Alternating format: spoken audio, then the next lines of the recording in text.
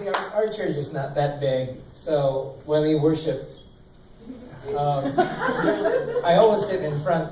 You would know that Bob is in the house. Yeah. You know it, right? Even though you sit behind, you would know when you sing, and you hear that solo, baritonish voice that although he doesn't know the lyrics, he would hum. Okay, I'll say, okay, Bob is here tonight. So worship in heaven just got louder. Just got louder.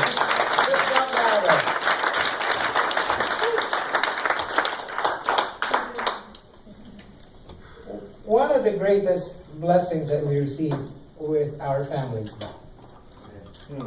I just want to call all my kids and my wife just to come up here, please, and just say 1 minute or 60 seconds, please. All of them. Paulo, Eunice, Pen. Pen got stuck by the sidewalk yesterday.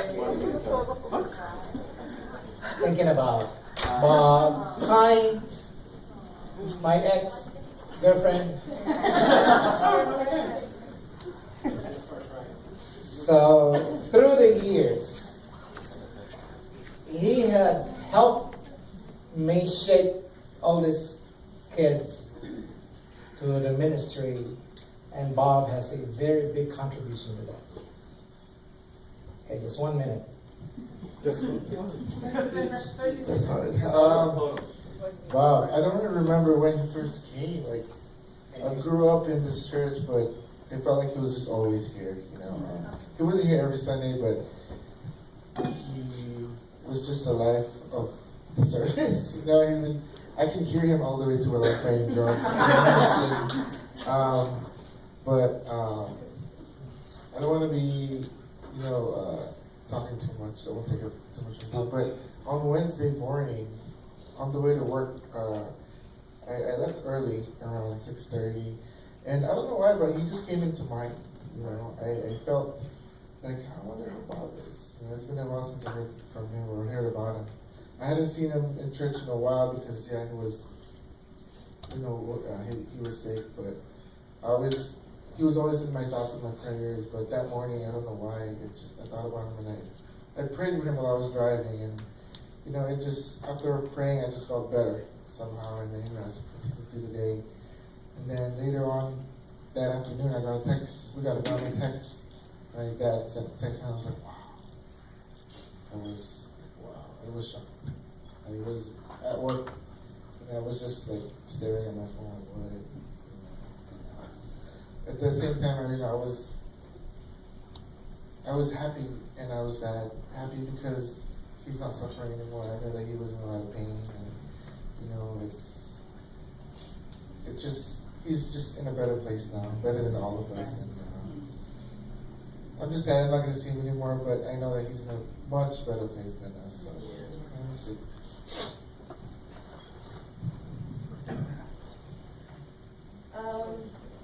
I don't remember. I like my older brother. I don't remember when Bob started coming to the church. I just knew that there was someone that didn't look like the rest of us, and I thought it was lovely. You know, I like diversity. But when he first came, I was still in high school, and I was.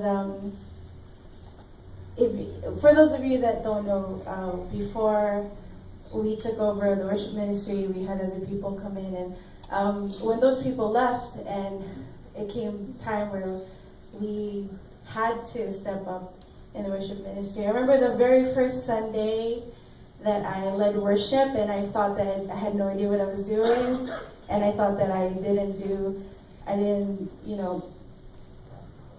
well, even though it has nothing to do with me.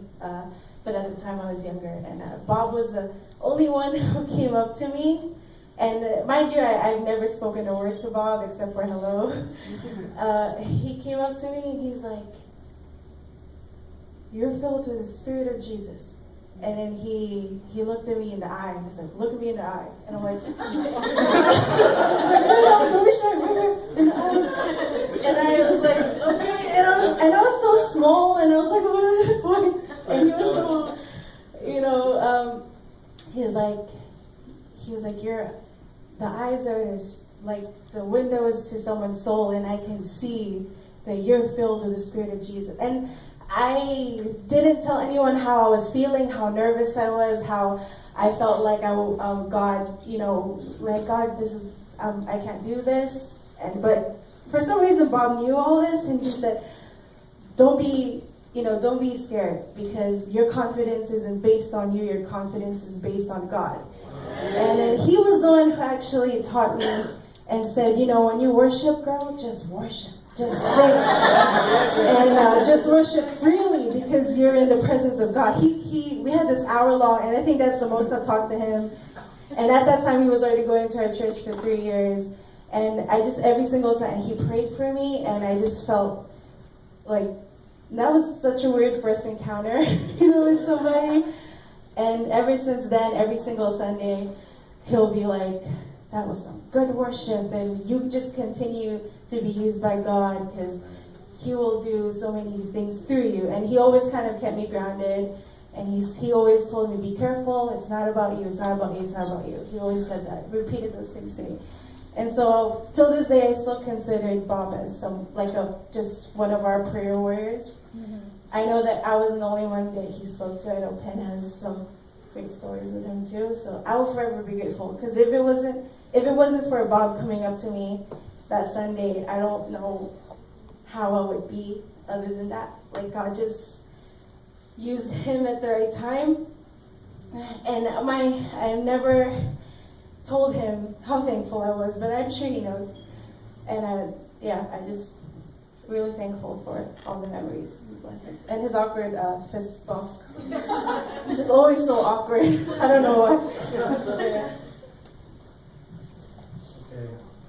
I think one of my strongest memories of Bob was when I was 18, fresh out of high school, and my siblings told me, hey, you have to lead this Sunday. And me being, at that age, and I was just like, I don't know how. I don't know what to do. Because I've always seen older people, especially older women, lead. I was just like, okay. So I prayed a lot about it. And then the service went well, or at least I hope it did. But after the service, Bob found me in the parking lot. This was back when our church was in La Crescenta. And he pulled me aside, and he just prayed over me. And he was speaking in tongues, and he was commanding the fire that God had placed upon me to just come out and burn. Because he kind of saw my timidness. A lot of the time people think I'm like stuck up because I'm by myself and like I'm quiet. But Bob has always figured that in those times he'll like pull me aside and tell me like, don't think too much about it. Pray about it. Whatever it was, when I was going through my bereavement of losing my best friend, he would pray over me as well. And I remember this one time I just broke down during worship. It was one of those wrecking ball moments when the Spirit just leads you, and you don't know if you're singing the bridge or the chorus, but you're just worshiping in awe. And in those moments, I could still hear Bob in the back of the congregation singing it out, like, you could just hear it, like his vibrato is strong. I was just like, you should be in the worship ministry. Just give me a mic and you can sing from the crowd. So I'm still in shock, I'm still expecting him to come, through those doors and greet us. And I remember every time he saw me, he'll just be like this. Like, bring it in. And I was like, okay. And so when I found out about his passing, I was actually dropping off friends in downtown.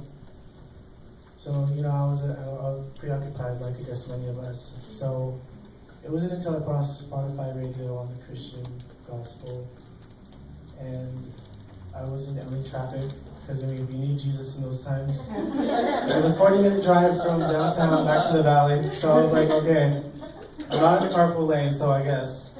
But Behold by Hillsong came up, and the chorus comes up, and it just, the chorus goes, then sings my soul, how great your love is. And those lyrics, even though, everybody's familiar with it, it used to be a hymn, and Hillsong, I guess, brought their new twist to it, and I was just so overcome with God's love and just God's reverence, and I had to pull off the side of the road, and I was on the side of the road for like 40, 30 minutes just crying, I don't know why. I was just so overwhelmed with such emotion, and I was actually very surprised at myself that I reacted the way that I did, because again, like I guess many of us, we didn't really speak to Bob that much, especially the younger kids. But whenever there was a youth event, or whenever one of us was down, whenever he heard that we were going through like an exam for a certain board or anything, or any stresses student related, he would always support us, and he would always tell us, do what you can, because you never know. And he would always pray for us, and that's one of the best things about Bob, you know. So I'm still actually really in shock that it's come to what it has, but I do believe that when we all come back to the Lord, we will meet him, and he'll be like this. Like, bring it in. And yeah, like that's all I can say. I miss him. I'm the youngest. I'm not musically inclined like him, but honestly, I mean, but I first met Bob when I was smaller and younger, and I remember he would come up to me and say, I remember the first thing he said to me, this was very, very vivid in my mind, not John, I don't get it wrong, but he said, oh, you Pastor Noel's youngest son, but you're so big, man. I wanted to mention that because Bob has seen us grow. He's seen us when we were kids, and the youth, when we texted it in our group chat, it was very, it was sad. That's the thing. You know, this man has shaped our youth group, and he has affected our youth group into who we are today.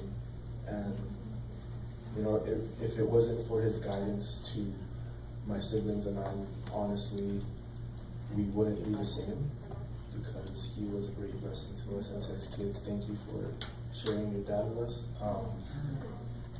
It's difficult, really. I mean, even though we only saw him once a week, he was a great blessing to us.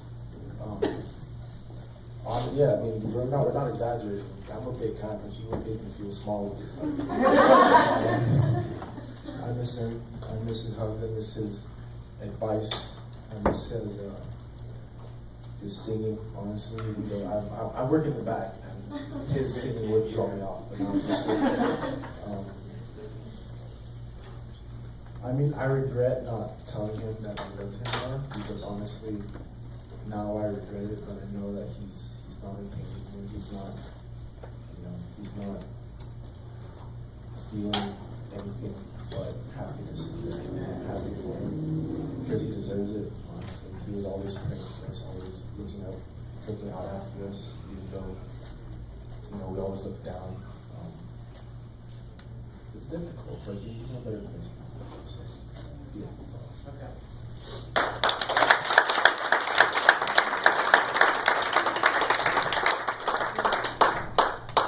Don't worry at the eyes, I love you long. No, last Friday I was in Lancaster, because I always go there like twice a week. And since he moved in Palmdale, I remember 1 year ago, same time, I'm in St. Louis. He would always say, since you always volunteer and help seniors, why not just be here always in Lancaster and in Palmdale? And I said, yes, Kuya. But when Pastor texted us, I was not really in my right mind, because I also was, I'm in my moments of, like, I'm in the process of grieving for something that I did, like in the workplace, and I need to let it go. And I miss my brother Bob, because whenever I have burdens, he will always come to me without me telling him. And I miss him, because I was waiting for him, but I remember when he said, whatever happens, don't give up in doing good. Just continue to do good. That's why last Friday, when I went to the workplace, I just took pictures and then I said, okay, I will not give up in doing good. So that's what you have seen in my Instagram. Actually, I learned the Instagram from you guys. But anyway, he's my kuya. He's my. I remember when I first plucked my hair and I said, "Oh, you're now my real sister."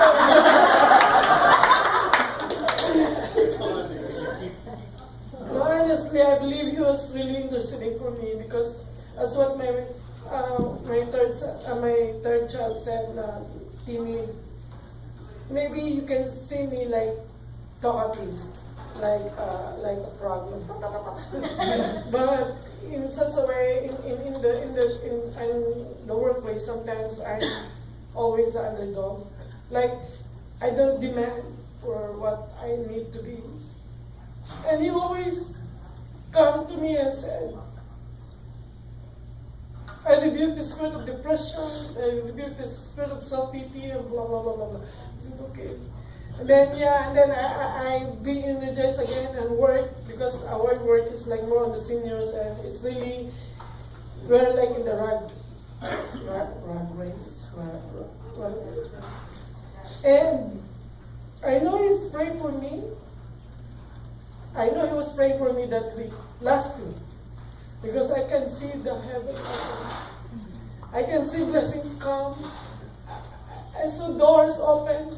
And today, when I went to Lancaster while driving over there, I didn't even realize I reached the place. And true enough, even I just spent there like how many minutes, because I just really need to give a good news. And not knowing that good news, I thought it will be for someone who asked me to do the favor, to talk to someone, some providers and something like that. And in return, I said, okay, I already have done my part, I need to go back to LA because we have this, blah, blah, blah. And then, when I reached the parking lot, I saw the text and he said, that's for you. What you have done today, it's for you. It will be your business. And I said, Bobby, was it you who opened the windows and the doors for me to stand and have courage to speak up? Because I always have a free labor. I will serve. But he said, that 3 months ago, he said, you need to stand up. So I think, and yesterday I told Pastor Noel, I think Bob's thought that we can stand out in our own now, especially when I said, no one would just come to me and pray. Because it's not easy to open up your heart to everyone.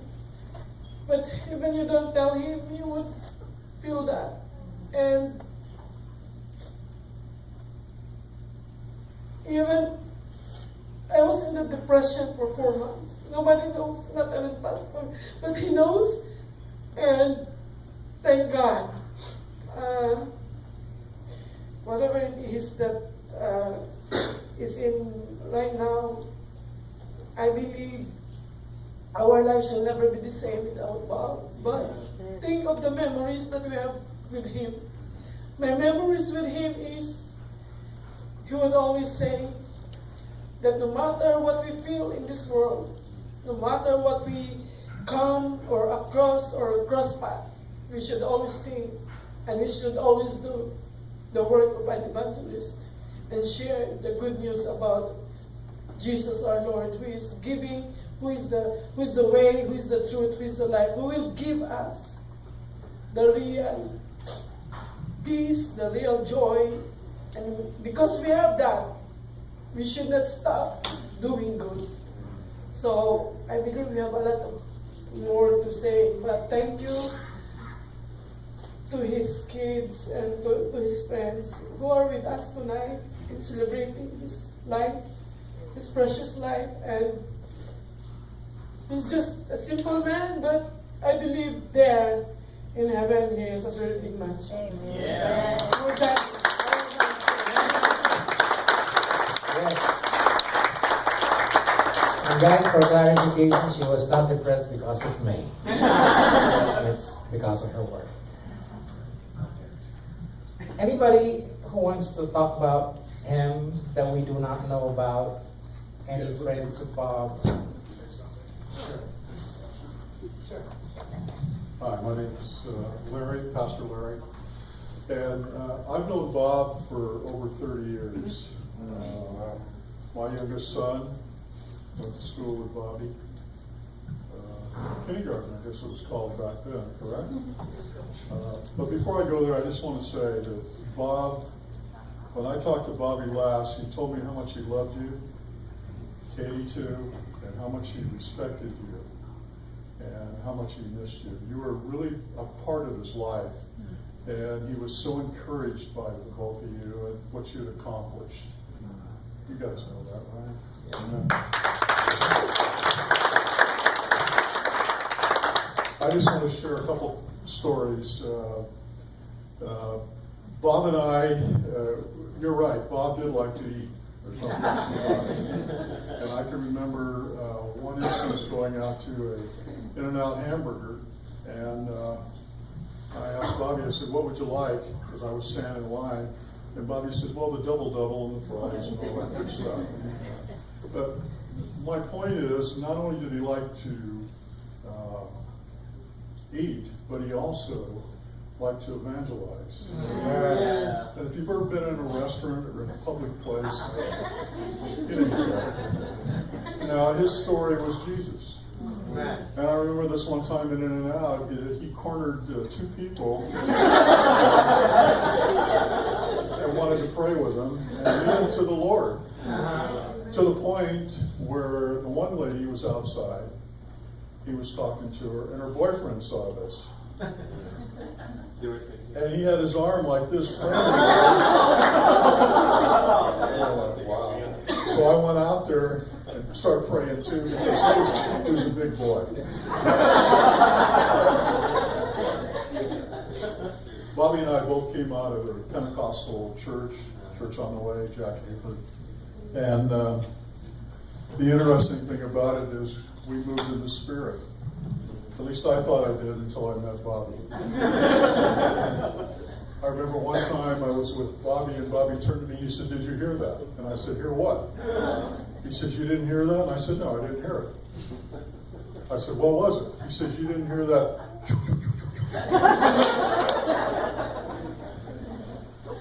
And if you've been around Bobby, you know what I'm talking about. Anyway, I missed the Holy Spirit that day, but Bob shared him with me. You guys were very blessed to have Bobby with you, and I miss him very deeply. I know what it's like to be the only white guy. So not only Bobby, but me too.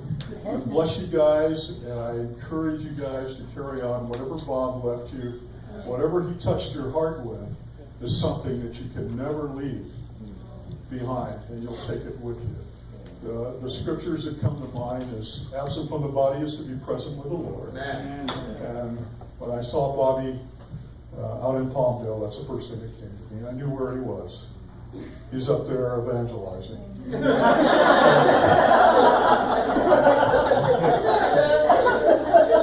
the last scripture I want to leave you with is that tomorrow is promised to nobody. So make sure that if you can share Jesus with somebody, do it. Amen?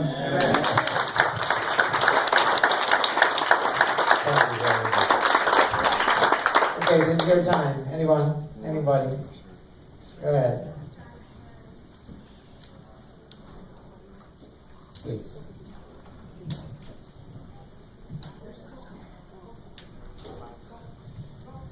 I think I've known Bob for over 30 years, since 1977. I didn't know he was that old. Bob, When I first came to church in the way, Pastor Jack, I came in a little late, and he was exhorting the congregation with that foot-long finger of his. And he was exhorting them because they had clapped when the word had been given, and they had not spoken that word back to the Lord. And he scared me. I didn't come back for 5 weeks. And part of the thing is back then I weighed 128 pounds. I had hair on the top. It all went someplace. And I stuttered. I stuttered so badly I could barely speak. And we did prayer circles. I don't know if you guys do prayer circles. Do you? Okay, so we did prayer circles. I don't remember anybody praying for me. But I do remember hugs. Yeah. Like Bob. Yeah. He hugged everybody. And he was glad to see you at volume set to 12. I think when he whispered at regular people younger. And I stopped stuttering after 3 months. God healed me. And since then, I haven't really been able to shut up, so it's kind of a problem. We invited him over for Thanksgiving a number of times. He came over, and you always knew where he was in the house. And Bob also has the uncanny ability to call you right when you feel so low that you could sit on a dime and swing your legs. You know, he just, all of a sudden, he's there. And he always called me his brother from another mother. I'm not sure how many people he did that with. I don't think it was exclusive. You cannot do that with us. You might try. And we would also, too, he stood by me at the really hard times of my life.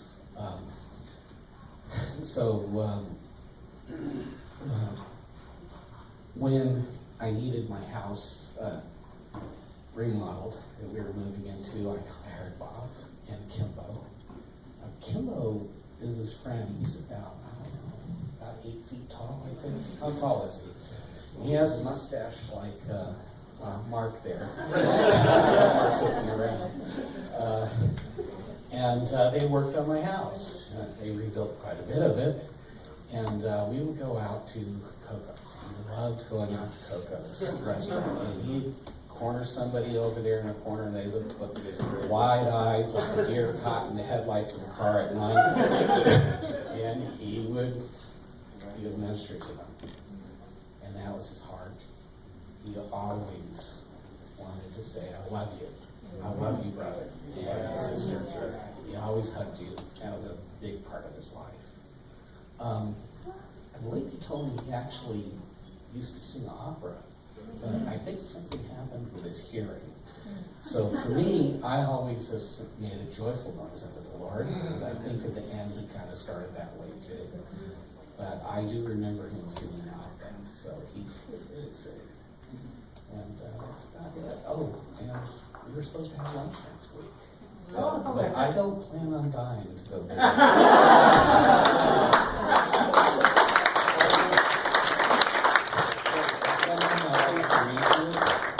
That Bob always talked to me about, and that's from 2 Timothy 6:1-6. Therefore, I remind you to stir up the gift of God which is in you through the laying on of my hands.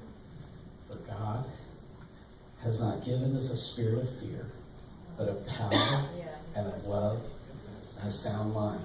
And I don't think Bob was ever afraid. Amen. Thank you. Yes.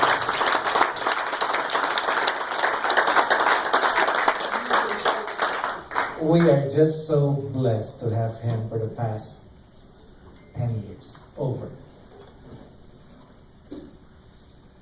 Anyone? It's your time. Mark. So last week I was driving on this road, talking to Bob on the phone, and it's really dangerous road. It was dark at night, and I said, can I call you right back, Bob? And then Bob said,